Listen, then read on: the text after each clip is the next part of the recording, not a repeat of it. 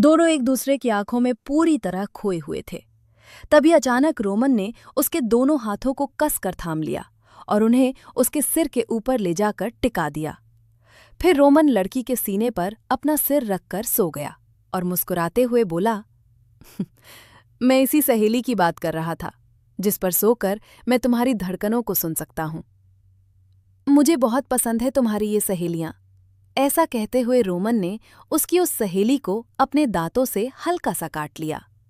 Roman की इस अचानक की गई हरकत से लड़की के होंठों से एक हल्की सी आह निकल गई और उसने शर्म के मारे अपनी आंखें कसकर बंद कर ली।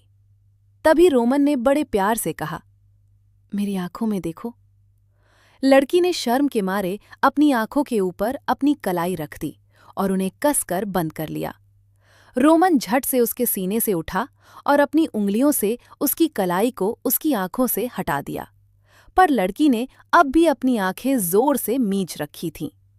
रोमन ने अपनी आवाज में ढेर सारा प्यार भरते हुए हौले से कहा, जाना, अपनी आंखें खोलो। लड़की रोमन के होठों से जाना शब्द सुनकर शर्म से टमाटर की तरह लाल हो गई थी। उसमें अपनी आंखें खोलने की बिल्कुल भी हिम्मत नहीं हो रही थी। रोमन ने एक बार फिर बड़े प्यार से पुकारा, सोना, अपनी आंखें खोलो। रोमन के मुंह से ये प्यार भरा नाम सुनकर लड़की के होठों पर एक हल्की सी मुस्कान तैर गई। उसकी उस मासूम मुस्कुराहट को देखकर अब रोमन का अपना दिल भी जोर जोर से धड़कने लगा। रोमन पल भर में उसके और करीब गया और उसके होठों को चूम लिया। उसने मुस्कुराते हुए बड़े लाड से कहा, मेरी हीर, अपनी आंखें खोलो।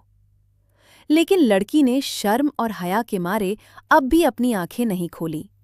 रोमन एक बार फिर उसके चेहरे के पास झुका और दोबारा उसके होठों को चूम लिया। इस बार लड़की ने शर्म के मारे अपना चेहरा दूसरी तरफ मोड़ लिया, जिससे रोमन के ठीक सामने उसकी गर्दन आ गई। मौके का फायदा उठाते हुए रोमन उसकी गर्दन पर अपने प्यार की निशानी देने लगा। रोमन की इस अचानक और तीखी हरकत से लड़की की चीखें निकलने लगीं। तभी रोमन ने उसके कानों के पास झुककर हौले से फुसफुसाया, अपनी आंखें खोलो जाना, नहीं तो मैं दोबारा करूंगा, और इस बार ऐसी जगह करूंगा कि तुम उस दर्द को बर्दाश्त नहीं कर पाओगी। रोमन की बहकी हुई बातों को सुनकर लड़की ने झट से अपनी आंखें खोल दी।